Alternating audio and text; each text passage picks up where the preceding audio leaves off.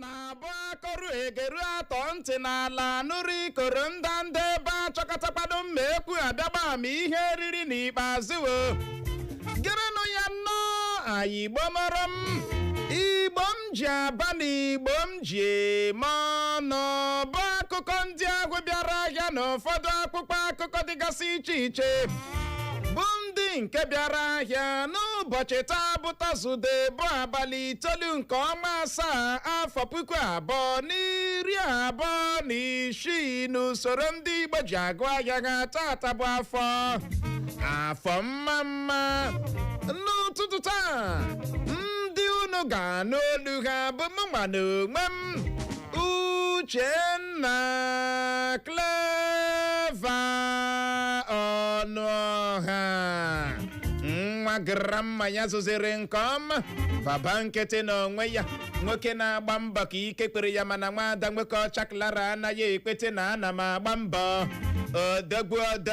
nwoke dị na nwoke ahụ nwoke ekwete na ahụrụ papa ebube Clara nwoke ọcha na ebe a n'ụtụtụ a na-arụ m anya mana anya ọbụla ogbenye na-arụ ọgaranya ọ bụ nkiri ka ọ na-ekiri ya kelee ọha n'ezi gị nwawe ogbenye Igbo ndị ọmụ na sala Chineke lele otu nomere ụna ahụ na weather for 2 n'ụtụtụ a enwere ka weather si wedi uche weather for 2 pregnancy for 1 okay gaa n'ihu kelee ọha n'ezi o wee bụrụ ya egbe m na-akọrọ gị na eme na akụkọ ọma gbasara ọkụkọ ọwa anyị the move anyị si gị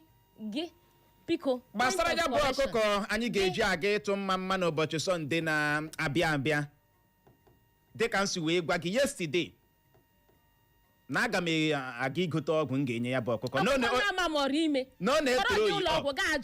ọ na-agba agbọ n'anya dịka m rutere ụlọ yesterday nye ya ọgwụ ahụ ọkụkọ ahụ akpụrụ ya chọm wụọ jagam this morning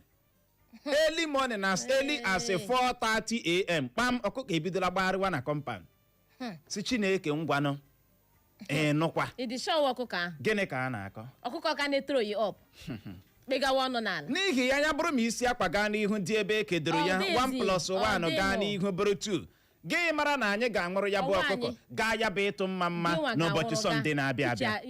edecideala m ị na-provoke m too much edecideala na ana m agazi ọ bụrụ na nchọ ọkụkọ a na-etro yi up m na-ama ma ọrụ ime kpọrọ ọkụkọ gị ụlọ ọkụkọ ahụ ọ na-arị ime o torula ịtụ ime kpọrọ ya gị ụlọ ọgwụ ka ị mara ị ka no conclude ihe dị omimi na-emezi this time around nwa chịrịchịrị ọkụkọ kedu onye na-abịa ịtụwa ya ime kemgbe m gbara zụọ ya ahụbeghị m oke ọkpa gbara ya bịara na compound m bịa tie kpọkpọkpọ gị na-akọ akwa eru n'ụtụtụ gị hapụ ya bịawa ọrụ karịa m go hospital adịghị ama maka ya pesi ọkụkọ m na-etinye na keji kedu ka o si agbapụta na keji oke ọkpa na-amakwasa ya gịnị ka ị na-akọ amakwa m ihe m ji ekwu kedu onweghị ime ọbụla ọ dị ọwa ọdịnarị toro oyi na ọkụkọ ahụ na-etoro oyi vomitin na onyonyo ebere ya ka ọ dị Igbo mụrụ nze ma m ọzọ na-abịa ịbịa gbuwe ego ọbụla n'ụtụtụ taa anyị ga-abịa nnọọ leba ya anya bụ isiokwu ya gbadoro ụkwụ na iwu onye minista na-ahụ maka nchekwa n'ala anyị bụ Christopher Musa nyere ndị agha ala anyị na onwe ka ha si hụ ndị oyi-oha-egwu terrorist na ha gbagbuo ha ozugbo na ha echekwala mgbe ndị ka ha n'ọkwa ga-enye ha iwu si ha ma egene gbagbuo o nwerala ka anya ha si wee chakwute ndị oyi-oha-egwu terrorist ha bịakwala isi ha hands up, drop your gun, drop your weapon, surrender. n'ozugbo ha na-ahụ ndị a ya edoo ha anya na ndị a bụ ndị oyi-oha-egwu gene terrorist ha gbara ha gbatuo ama m na aghọta ebe anyị na-aga ya bụ onye minista na-ahụ maka nchekwa n'ala anyị Minister of Defense o kwuru nke a na steeti Sokoto ọkwa ya dịka ọ na-ekwu okwu n'otu mmemme ọgwụ gọọmenti steeti Sokoto haziri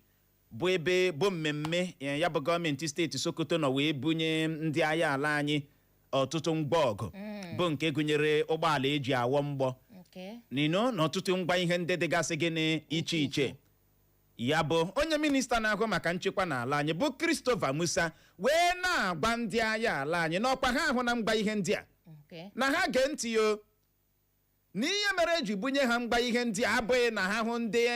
onwe ka ha si hụ ndị oyi-oha-egwu terrorist ha mewa pekepeke onwe ka ha si hụ ndị oyi-oha-egwu terrorist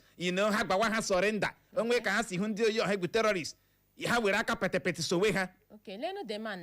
ha chewe mgbe a ga-anata ọda from above na o merela ka ha si hụ ndị ha gbara ha gbatuo uche nwoke achị gakwa kwa nwoke gị na Christopher Musa ọ bịara ito ụka mmanụ ama m na aghọta mana ozugbo okwu a dara ịmanụ ndị Naijiria ọtụtụ ebido na-ekwu na ọkwa ka ha si ekwu na ọ bụghị taata ka ebidoro n'ụwa ụdịrị okwu dị otu a na ọ ga-adịkwa ka o si adị na okwu ya ga-adịkwa ka mmiri awụrụ na elu okwute maka na o nwere n'ọtụtụ ugboro onye inspektọ jeneral ndị uwe ojii ala anyị pụtara kwuo na onye uwe ojii ọbụla ejidere nara ego si gbaa ya ama anyị na-agba ama na ndị nke steeti Imo anaghị erile ntị ọkwa anyị na ebe a na-agba ya ama na ọtụtụ ndị uwe ojii steeti Imo aka nọkwa na-ana ego na-aka ọsọ necessary hold up na-enweghị dị otu mkpụrụ nyocha a na-eme ha ọkwa anyị nọ na-ekwu ya ebe a ọtụtụ n'ime ha ọrụ ha wa nọrọ n'ụzọ otu a na-ana ego a na-anachi ya anya na-ana ego a na-anachi ya anya na-ana ego mekpara na ọtụtụ ndị Naijiria ji wee kwesị anyị ihe gịnị ka ọ nọ n'aka ọtata ka anyị bidoro n'ụwa ụdịrị ekwe mere anyị ji ajụ gị bụ onye na-ege ntị n'ụtụtụ a ị chere na ndị agha ala anyị ga-erube isi na nke a gịnị ka ị nwere ikwu gbasara okwu a onye minista na-ahụ maka nchekwa n'ala anyị bụ Christopher Musa kwuru ya bụrụ na ị nwere ọsịsa ị ga-agbalị bulie ekwentị gị zibatara anyị ozi na WhatsApp anyị site n'akara ekwentị abụọ 07074913438 07074913438 ma ọ bụ gị gaa na Facebook anyị ga ebe ahụ gaa zibatara anyị ozi iruo na Facebook chọwa Echo FM 100.7 Echo FM 100.7 ma ọ bụ gị jiri capital letter D naanị Echo FM ISIOKWU FM kliki kpam kiriwe anyị like kwa share ọ dị oke mkpa wee bụrụ ya ka ọ dịla anyị la akpụkpọ akụkọ Vanguard gezie ntị ọnụ ego eji ere mmanụ crude agbagola bụrụzie $74 $74 maka otu barrel ozugbo Trump pụtachara ma kwuo na nkwụsịtụ ịkpa mgbọ ceasefire dị n'etiti mba Amerịka na mba Iran abịala na njedebe bụ akụkọ mbụ anyị hụrụ n'akwụkwọ akụkọ Vanguard na ya bụ otu akwụkwọ akụkọ Vanguard ka anyị hụkwara akụkọ a bụ nke kwuru na enwere m ike agaghị m adị ndụ azọkwa onye isi ala Naịjirịa n'afọ 2027 ka Peter Obi kwuru ọ bụ igbu oge mụ na mba Iran imekọ ihe ya bụ ịkwụsịtụ ịkpa mgbọ anyị kwụsịtụrụ akachapụla m ya ka Trump kwuru bụ akụkọ na-ada ebelebe n'akwụkwọ akụkọ Vanguard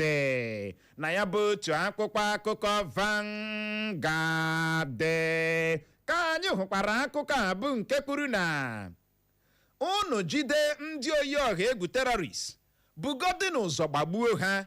unu echela mgbe e nyere unu iwu si gbagbuo ha ka onye minista na-ahụ maka nchekwa n'ala anyị bụ General Christopher Musa gwara ndị agha ala anyị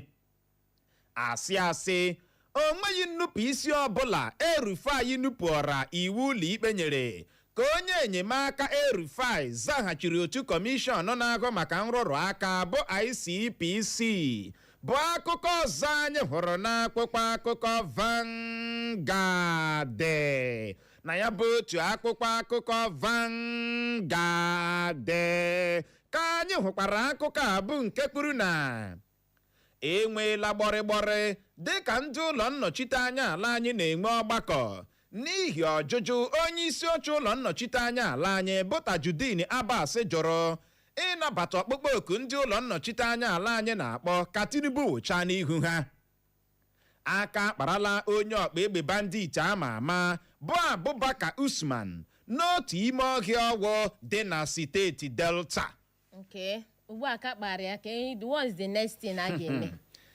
Ọ dị egwu. Ịma akụkọ ọzọ anyị ga-anụkwa bụ na agbagharala ha. Ọ bụ anyị m Emena ha reintegrate. You know? No, repentant terrorists. Clementina. Thank you. Clementina. Ọ bụ oyibo ndị ga-ebido n'ụwazie mgbe ọbụla ị nụrụ na ndị agha ala anyị ejidela onye oyi-oha-egwu terrorist. Ga-enụwa Clementina. Ga-enụwa amnesty. Okay. Ga-enụwa reintegrate. O nwere oyibo ya na ihe ndị a na-agakọ. O nwere oyibo a na-asụ case close. Oyibo ndị a na-eji eme gịnị aghọrị anyị. Repentant terrorist. Akụkọ. Anya ọ na-apụ nduru na akpa egusi. O nwere ihe ị ga-asa nwa mkpi n'ahụ ya hapụ isi isi. Uche o. Ma ọ bụrụ na e nwere o nwere ihe ga-eme Clara ya hapụ ịta uche n'ọnụ. Ọma mme. Ọ gịnị? Ọ mmadụ ga-ekwu ya. Uche o. Uche. Gaa n'ihu. Okay. Zama ọfụma. Uche. Ihe bụ ihe m na-achị azụ m chọrọ ịtụpụte gị wụ na ịma na ọ bụrụ na e nwere ihe dị ọkpara ọkpụrụkpụ ntaramahụhụ a na-enye ndị a ọ ga-eme ọtụtụ ndị agaghị na-esonyekwa na ya bụ gịnị terrorist makwa ndị oyi ya asa abụọ ihe ndị oyibo na-akpọ deterrent. Thank you. Ya bụrụ ihe ọ ga-abụ ndị ọzọ chọrọ ịganye aka na-agba omekome na-agba iyi oyi-oha-egwu elee ya ha sị mba o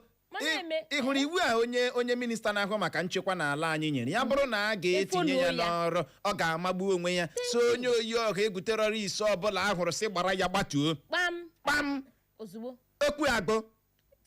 by now ihe anya na-aka agaghị akọ ya onye agbagburu anwụọna bụ na ome na gịnị anwụọna mana abịa pampa gba ya ihe ị ga-anụkwa enwe na jailbreak eme na ha reintegrate enye na ha amnesty na ha emeghekwala ọzọ. Ọ dị egwu enwe na gbọrịgbọrị nwaanyị ọma dịka ndị ụlọ nnọchite anya ala anyị ndị House of Representatives na-enwe ọgbakọ n'ihi ọjụjụ onye isi oche ụlọ nnọchite anya ala anyị bụ Tajudeen Abbas jụrụ ịnabata ọkpụkpọ oku ndị ụlọ nnọchite anya ala anyị na-akpọ ka Tinubu wụchaa n'ihu ha. Akụkọ wee na-akọ n'otu onye omeiwu na ya bụ ụlọ nnọchite anya ala anyị bịara bilie move motion si ka ezie Tinubu ka ọ wụchaa n'ihu ha bịa kọwara ha ka ego ọwa si na emefuru n'ego atụmatụ mkpata na mmefu bụ nke a na-akapchọghị si wee de Peter Obi nọ na-ekwu maka ya. Ama mme na-aghọta ozugbo a na-ewelite ya bụ okwu onye isi oche ụlọ nnọchite anya ala anyị bụ Tajudeen Abbas no mba anyị agaghị akpọ Tinubu orubeghị ịkpọ ya n'ego ha nga na-ekwu okwu maka ya. Ama mme na-aghọta ebe anyị na-aga ya bụ ihe na-agụ n'ụlọ nnọchite anya ala anyị ụfọdụ ndị si gịnị ka ị na-ekwule mara ụfọdụ ndị si yes ụnụ akpọla ya na-ele ha kedu onye nwere obi ịkpọ Tinubu ịnwe amazi Tinubu si ya bịa ị ga-ala ọkwa gị nwa you see am ọ bụ oge anyị ghọtara egwe ajịla ibe ya ịma mgbe anyị nọ n'ụlọ akwụkwọ sekọndịrị mgbe anyị na-amụ ihe ọmụmụ gọọmenti ihe a na-agwa anyị mgbe ahụ bụ na ị hụrụ ndị ụlọ nzukọ omeiwu ha nwa ji ike kacha ike ha nwa na-ekipụ taps on gọvanọ nke dị ihe a na-akpọ ha president ọ dị nnọọ ka ndị ụlọ nzukọ omeiwu ndị House of Assembly ọrụ ha bụ gọvanọ zohiri iwe okpo akọlụọ ya back kọlụọ ya to order si gịnị ka ị na-eme ihe ị naghị emete ya ọwụrụ mgbe elu ala ọsa na ekwesịrị ikpe ya bịa sọmọ ya bịa kọrọ anyị ọwụ ihe a na-akọwa n'ihe a mana Tajudeen Abbas asị no orubeghị ịkpọ Tinubu ka ọ wụchaa n'ihu anyị mgbe ọ ga-eru mgbe o ruru 700 trillion naira ọ dị ego Chineke mere anyị ebere ma rịa nyere anyị aka ike agwụla ya bụ ihe na-agụgụ n'ụlọ nnọchite anya ala anyị n'ụbọchị ụnyaahụ bụ gịnị Wednesday ọ dị egwu ka ọ dị nwaanyị ọma ebelebe egbuola dịka Trump pụtara bịa kpuo na ya bụ ceasefire dị n'etiti mba Amerịka na mba Iran na ọ dịla over na ọ bụ igbu oge ya na mba Iran imekọ ihe na waste of time ya na mba Iran imekọ ihe na n'ihi ya ọ kachapụla ihe ọbụla bụ ceasefire ugbu a kpawa mgbọ n'elu mgbọ ozugbo ọ na-ekpe ihe ọnụ ego eji ere mmanụ crude agbago ozugbo ọ na-elite okwu a kpam ọnụ ego eji ere mmanụ crude a skyrocket ya kpam uche I hope ọwụ na ọwụ World Cup agbapụrụ ha mere iwe ji wee ya ọkwa ihe m na-ajụ akwara ndị anyị ọkwa ihe m na-ajụ sị onye ma ọwụ otu agbapụrụ Trump ha mba Amerịka na World Cup mere iwe ji wee Trump ifibio uche o enwere okwu na-arụgide m kemgbe ụnyaahụ m nụrụ ya ọrụ arụgide m n'obi ya arụgbula gị ọ rụgidere mmebe ọjọọ ya arụgbula gị Peter Obi si na o nwere ike na ọ gaghị adị ndụ azọ ọkwa onye isi ala Naịjirịa n'afọ 2027 o kwuru ya n'eze wara awa that thing shock me. It shock me too. Ịma ya bụ Peter Obi dịka anọ na-agba ya ajụjụ ọnụ n'ihe onyonyo vidio o wee na-akọwa na-agba onye na-agba ya ajụjụ ya lekwa ahụ na ka o si ahụ ya bụ ihe ya nwa na o nwere ike ọ gaghị eso dị Chineke o nwere ike ọ gaghị adị ndụ azọkwa onye isi ala Naịjirịa n'afọ 2027 onye na-agba ya ajụjụ na sị ka ị na-ekwu otu ọ dịkwa na mma o nwere onye na-achọ imegbu onye na-achọ igbo gị ya sị mba na kama ka esi achụ ya kparamụ ka ọchịchị dị ugbu a si emekpa ya ahụ ya nyụọ mamịrị ha sị na ọ nyụrụ ahịrị o nweghị ihe o mere na-adị ha mma n'ahụ na ha achụkeela ndị niile nọ ya close o nwekwana onye na-ekpe bịarute ya nso onye ọbụla bịarutere ya nso awọla target ihe a ka Peter Obi bịara na kwucha yesterday so perhaps so Clara nwoke ọcha ike gwara kode lanye la akwụkwọ akụkọ Daily Post gezie ntị mkpa niile Tinubu kpere ndị Naịjirịa o mezuchala ya ka onye isi oche otu pati APC n'ala anyị bụ ọkammụta Nentawe iwu adakpuru bụ akụkọ mbụ anyị hụrụ n'akwụkwọ akụkọ Daily Post na ya bụ otu akwụkwọ akụkọ Daily Post ka anyị hụkwara akụkọ a bụ nke kwuru na ndị uwe ojii steeti Ondo agbagbuola ndị ntọrọ mmadụ abụọ ozu ha yasara dịka ha na ndị ntọrọ mmadụ a na-akparịta mgbọ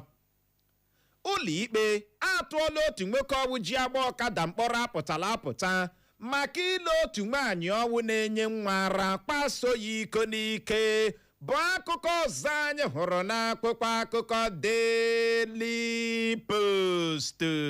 na ya bụ otu akwụkwọ akụkọ Daily Post ka anyị hụkwara akụkọ a bụ nke kwuru na